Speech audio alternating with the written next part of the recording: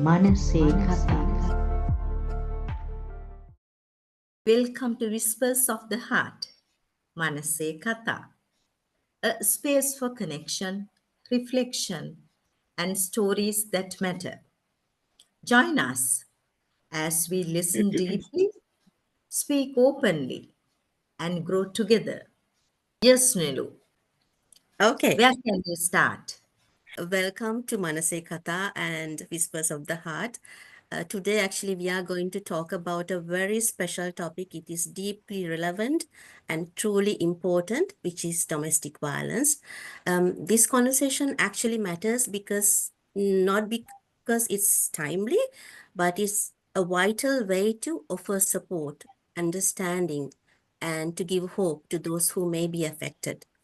And also, I believe domestic violence is not a private issue. It's a societal one. Let's get started. Dheeshana, to begin with, could you help us understand what exactly is domestic violence? Yes. So domestic violence, when we talk about domestic violence, it's also important to understand what is not domestic violence, right? So when you talk about domestic violence is not mutual conflict. In relationships, we all have conflict. So arguments happen. That's a normal part of a relationship to have arguments, right?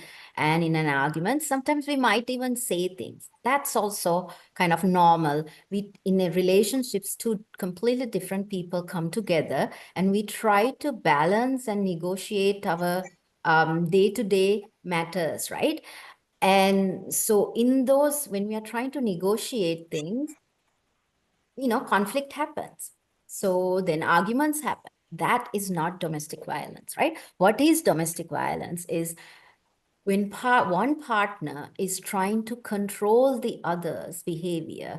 It's a power and control dynamic. Now, when the other partner is completely trying to control the movement, their lifestyle, living, expressions, and everything using control they have within the interpersonal power they have, when they do that, and they can do that in several ways. So when we talk about domestic violence, the most common thing that comes to people's minds is this notion of physical abuse, right? So physical abuse is a key aspect of it, but that is not the most common aspect of domestic violence. Psychological and emotional aspects are the most common aspects of domestic violence, right? So what is physical abuse? So let me actually talk about different aspects of domestic violence. So different aspects of domestic violence entail psychological, emotional abuse. It can be physical abuse. It can be sexual abuse. It can be economic abuse, or it can be spiritual abuse. It can be anything. It can you can abuse somebody using your pets. You can abuse somebody using your own children. You can even abuse somebody going to a therapist, using the therapist as a weapon, right? So anything can be used as a weapon. And so just to give an break down that a little bit more, describing it a little bit. So if you're talking about emotional and psychological abuse, you might have a partner that is constantly putting you down, telling you're ugly, telling you're not good at anything, you can't do anything. It's a consistent pattern that over a period of time is going to get worse, right? So if you want to do something, if you want to go out with somebody, you want to go out with your friends, and then the partner might say, no, you don't have the right to go out. They don't like you. There's nothing you can offer. No, you can't go out wearing that kind of dress. You can't interact with that kind of person. You can't interact with your family. You don't get to go and see your family. You don't get to go and see your friends. I don't like you. You talk to that guy. I don't like you talking to that guy. And it's a constant parade of questioning and telling, at the same time putting down and saying that you're no good, whatever you do, you can't do anything. So it's that continuous putting down, and then at the same time kind of isolation, using their power over that person to pretty much control that person and control and keep them the way they want. And usually there is isolation that follows also, right? So physical abuse is more like, obviously hitting, now shoving, pushing, and pulling the hair, breaking things in front. Physical intimidation can also happen, that they might break something in front of them to physically intimidate that person. They might throw something at them. They can slap, and they can use knives. They can actually try to strangle, attempt a strangling, but also try to strangle. And then they can put a knife, or it's far less in South Asian community, but they can pull a gun and put to your head and all of that. And they can actually stab something close to you and letting you know, this is what happens if you try to do something I don't want you to do, kind of, right? So there's a range from within physical violence, within psychological, any of these categories, there's a range that goes, right? So sexual abuse or sexual violence, that a lot of people are not aware that within marriage also there can be marital rape, or partner sexual abuse, where the partner demands sex anytime and every time when the other partner is not ready, right? Putting Absolutely. themselves when they're not ready. And that can also have a range of things that is happening, right? Within that also there can be such a range that is happening. And I'm going to actually, I yes, remember, Deshna, you've been mentioning some kind of an example to that marital rape from your experience, I think from a Gulf country. I remember the example. Would you like to share it with us? absolutely, absolutely. So I have, like, I've been a therapist for a long time, and in the DV field specifically. And so as a therapist initially, when I was working with some of the women with some ethnic communities, there was far less, they were far less open to come and talk to me about their situations, right? But then one time, I was doing research also, and then I went to their home, and I had a translator with me also. And then there was only one chair, and then I sat on the floor, and there were two, actually, sorry, there were two chairs. They sat on the chairs, and I sat on the floor,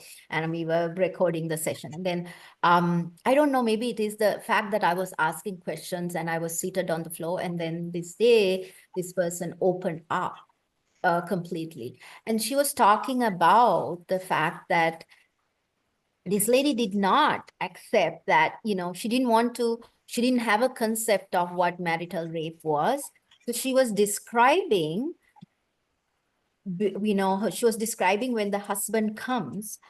When the husband comes, especially at night, where when the sexual intercourse would happen within their relationship, she would describe to me that she would get afraid, and her stomach starts churning, and she would get back of her neck starts hurting, and she would get stomach cramps, and she feels like, no, she gets nausea, and she gets headache before and after, and she can't walk, and she feels bruised and everything. She describes everything. I've also worked as a sexual abuse therapist, and so everything those rape victims describe, she's also describing in detail.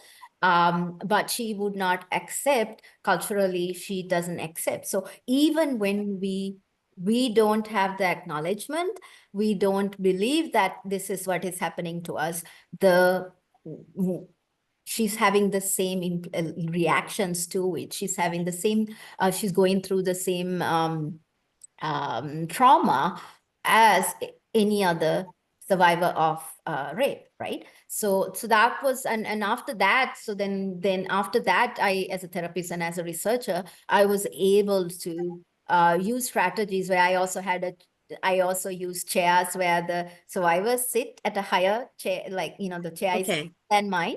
So those kinds of, so then it was that opened up, right? So going back to, so then economic side of going back to the economic side of what is economic abuse. So oftentimes I see partners in a family, especially in South Asian families, sometimes, one partner might take care of the saving and one partner, may be in charge of the finances.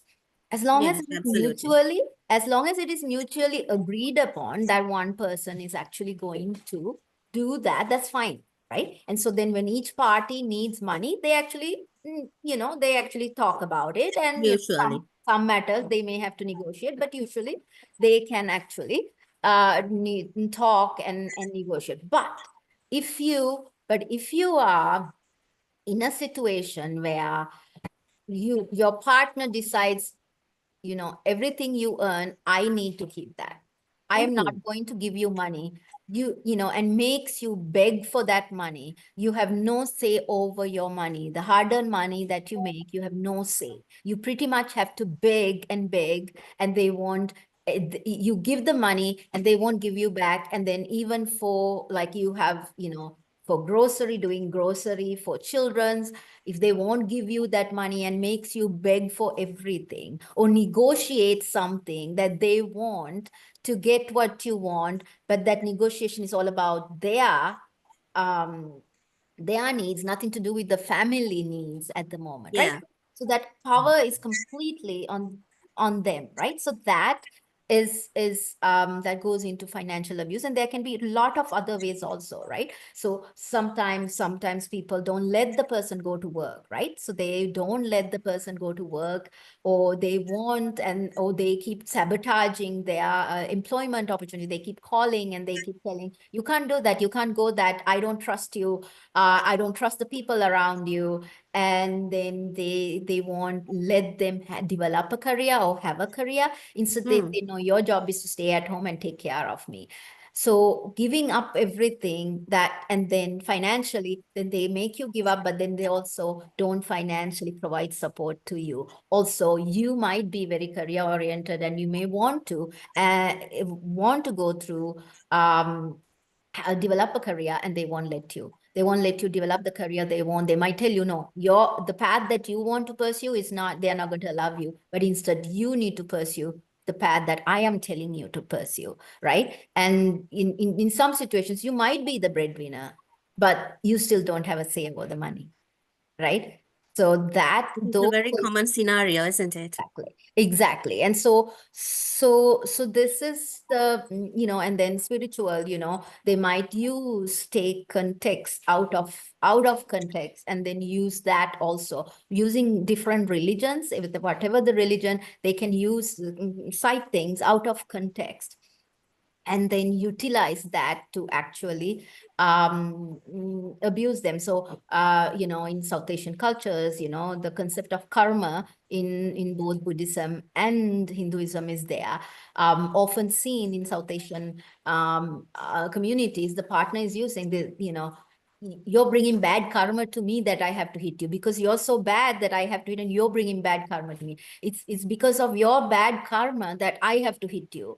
So those kind of that twisting of the religion, twisting of that to their advantage, anything can be used to. I've seen in Christianity, in Muslim cultures, um some people completely out of context citing scriptures to support what they are doing, right? And sometimes they use children, get children to side, or I've often seen that sometimes parents they're living the partner that is getting abused lives in fear, because if the children do some, mess up the kitchen or mess up something in the floor or something, children don't behave exactly as that person wants, then they might scold the mother. So the mother is actually also in turn scolding the children, because they know that even if the children do something, then they are going to get scolded for that, right? And then it can be that they are abusing the children also, and it can be that they are turning the children against the surviving partner, children can be used against them, and so then the children are also in a state of might go against the survivor also. And so it can be, there's variations of how children can also be used. In therapy, when we are therapists, we are often told, if we identify if you identify somebody is in a domestic violence situation, it's really important that we do not counsel them as couples counseling, that we do not view it as a normal, mutual conflict. We do not, Hmm. because a therapist can be also utilized as a weapon. So therapists, if they didn't understand the dynamics and then they say something, you oftentimes the party that is perpetrating or abusing can give out of context scenario within the therapy context. And the survivor, depending on how scared they are, they may not try to, they may not say a word of anything to disagree, right? So let's say, Nilu, Anupa, if like, let's say that let's say that, we male and a female, right? We male and a female, and we are let's say, Nilu, I am in a DV situation, and I'm coming to you as you're the therapist, and you didn't assess sufficiently for domestic violence, and I Okay. am scared of my partner, really scared of my partner, and I come to you, and then in therapy, then my partner is telling, she's horrible, she does these horrible things and everything, and she doesn't do this, she doesn't, I do all of the work and everything, and she just doesn't do anything, she demands and she does this, and Hmm. I am too scared to say anything, so I don't I don't try to disagree with what he's saying because I'm too scared, right? Hmm. Hmm. So then the therapist may jump in, and then therapist might say about, in relationships, maybe there's mutual partnership, and may say something, one word. And now that word, they can go out of therapy and then say, see, even the therapist says how bad, see, even the therapist Yeah. agrees with me. And so that can be really detrimental. And sometimes I have seen therapists are also used to abuse the survivors, right? Further mentally Oh. abuse the survivors. And so that's why, in ethically, we have an obligation to do therapy separately, depending on the therapist expertise, one party needs to be sent out to somebody else, and you don't try to counsel even separately, the couple, right? So, it has to be two different therapists providing that support, because it still can be dangerous. Somebody who abuse can actually influence the therapist. And so that's really important, right? So one of the things, I kind of went into the description of domestic violence, but kind of Hmm. talking about the dynamics of domestic violence. It's really important. A lot of people, initially, when we see signs of something, Hmm. we often, maybe we are in love. Let's just say we just started a relationship and we are in love, right? And so we might see signs of something, but we don't want to believe it, right? Yeah. And so then we go through, and it's really important that it happens in a cycle.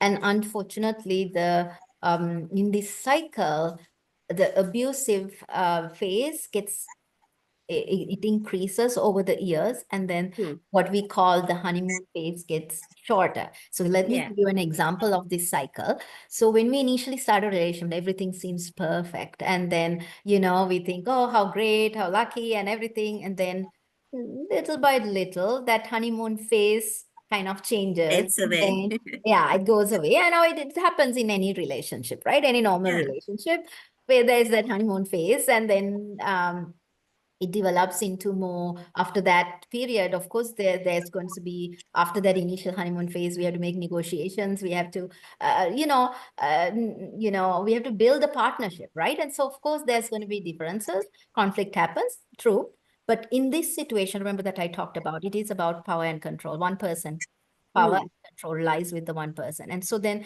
the little by little, this,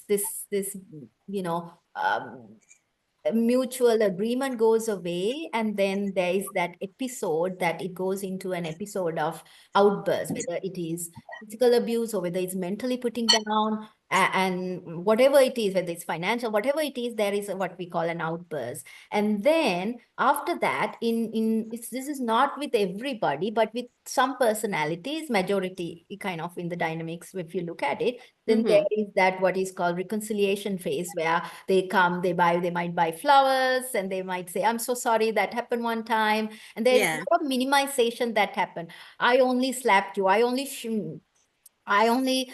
pushed you a little bit. That didn't even help. You didn't, nothing even happened. But look at how others are. They hit people with this, that, and I didn't even call you names. And there's that Yes. minimization that happens, right? Mm.